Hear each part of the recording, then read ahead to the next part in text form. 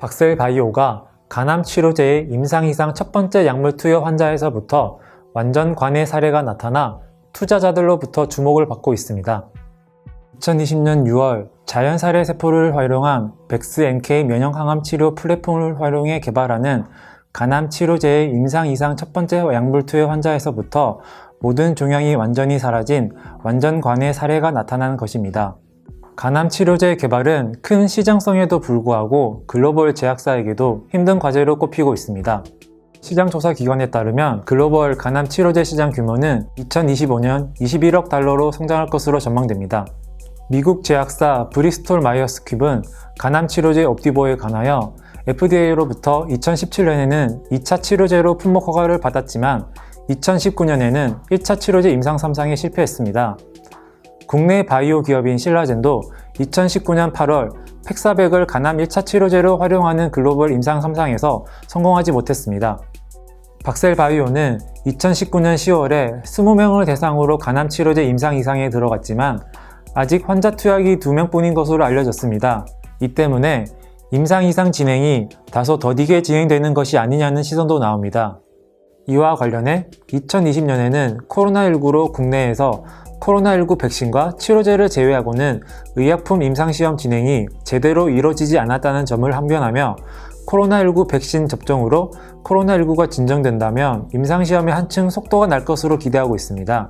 박셀바이오는 2021년 3월 8일 자연사례 세포를 배양하는 것과 관련한 국내 특허도 획득해 향후 간암 치료제의 상업화를 위한 대량 생산 기술도 확보했습니다. 박셀바이오 관계자는 간암 치료제를 몇 차 치료제로 개발할 것인지 아직 정해진 것이 없다며 환자의 자가세포를 활용해 만드는 치료제인 만큼 거점 병원을 마련하고 생산시설을 구축해 치료제를 공급하는 방안을 검토하고 있다고 말했습니다. 국내에서 간암 치료제 임상 이상을 마친 뒤 조건부 품목 허가를 신청하고 해외에는 기술 수출을 노린다는 전략을 세웠습니다.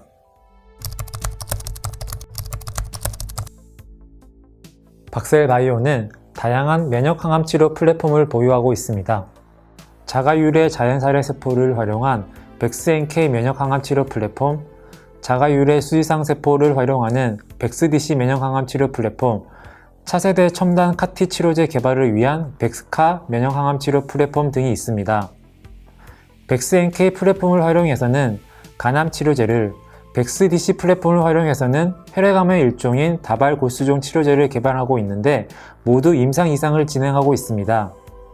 백스-NK와 백스DC 플랫폼을 동시에 활용해 비임상 단계의 교모 세포종 치료제도 연구 개발하고 있습니다. 박셀바이오에 따르면 두 플랫폼의 역할이 서로 다르고 부작용이 적은 면역 항암제 플랫폼이라는 점에서 동시 활용을 통한 치료제 개발에도 기대가 큽니다.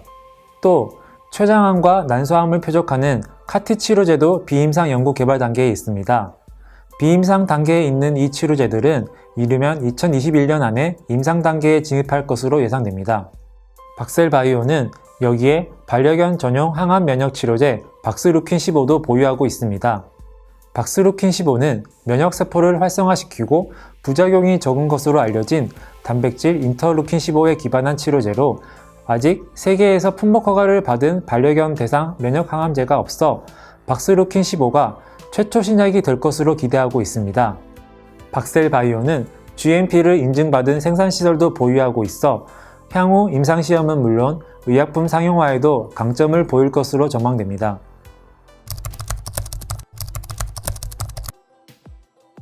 박셀바이오는 2021년 반려견 항암 치료제를 국내에 출시해 현금 창출원으로 활용할 수 있다는 기대를 품었습니다.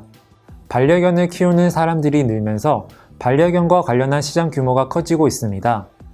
글로벌 시장 조사 기관에 따르면 세계 동물용 의약품 시장 규모는 2025년 349억 3천만 달러 규모로 성장할 것으로 전망됩니다. 국내 동물용 의약품 시장 규모는 2019년 기준 1조 2천억 원 수준으로 추정됩니다. 2020년 개별 기준으로 매출을 전혀 내지 못하고 연구개발비 사용 등으로 영업손실 43억 원을 낸 박셀바이오가 사람이 아닌 반려견 항암제로도 큰 매출을 올릴 수 있을 것으로 기대하는 이유입니다. 박셀바이오는 2018년 반려견 전용 면역 항암 치료제 박스루킨15의 단회 임상을 마친 뒤 2020년 10월 국내 농림축산검역본부에 품목 허가를 신청했습니다.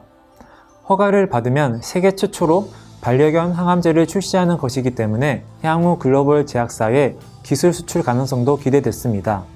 하지만 박셀바이오는 2021년 2월 26일 농림축산검역본부로부터 서류 보완 요청을 받으며 품목 허가 획득에 실패했습니다. 박스루킨 15이 임상시험용 의약품을 생산한 위탁생산업체와 임상시험 완료 후 공정개발을 담당한 위탁생산업체가 다른 탓에 의약품 품질의 균일성을 확인하는 절차가 필요한 것으로 알려졌습니다. 박셀바이오 관계자는 박스루킨 15의 생산시설을 변경한 탓에 이에 관하여 추가 제출을 요청받았다면서 효능이나 제조 공정 자체에 대한 지적사항이 아니라고 해명했습니다. 박셀바이오는 박스루킨 15를 생산하는 시설 변경에 따른 의약품 품질의 일관성을 확인하는 작업이 진행 중인 것으로 알려졌습니다. 이 작업이 마무리되면 보완 신청서를 제출할 것으로 보입니다. 농림축산검역본부로부터 박스루킨 15의 효능 자체에 문제가 있다는 지적을 받은 것이 아니라는 점에서 추후 보완 신청서를 제출하면 품목 허가를 받는 데 지장이 없을 것으로 예상됩니다. 다만 박셀바이오 관계자는 보완 신청서 제출 일정에 관하여 아직 확정된 것이 없다고 말했습니다.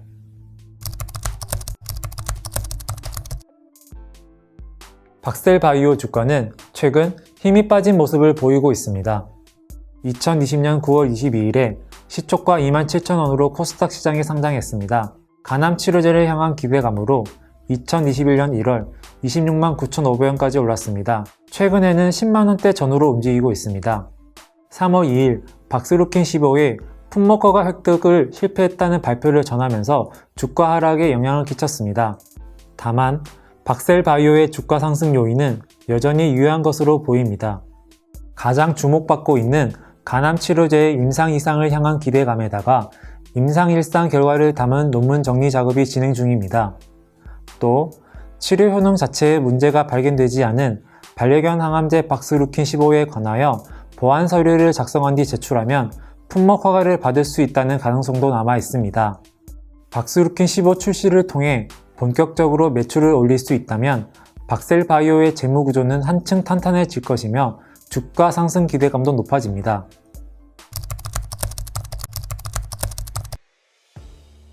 박셀바이오는 항암 면역 치료제 연구개발 전문 바이오 벤처로 전남대학교 의과대학과 화순 전남대병원이 스핀오프해 2010년에 설립된 기업입니다.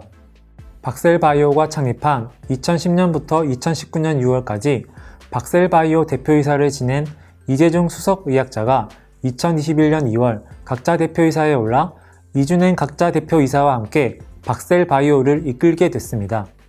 이재중 대표는 박셀바이오의 코스닥 상장을 앞두고 신약 연구개발에 집중하기 위해 잠시 대표직을 내려놨는데 이번에 다시 대표직에 오른 것입니다. 이재중 대표는 화순 전남대학교 병원에서 암 면역치료 연구센터장과 혈액종양내과 교수를 겸임하고 있는 등 다발 골수종 분야에서 국내에서 손꼽히는 전문가로 평가받고 있습니다.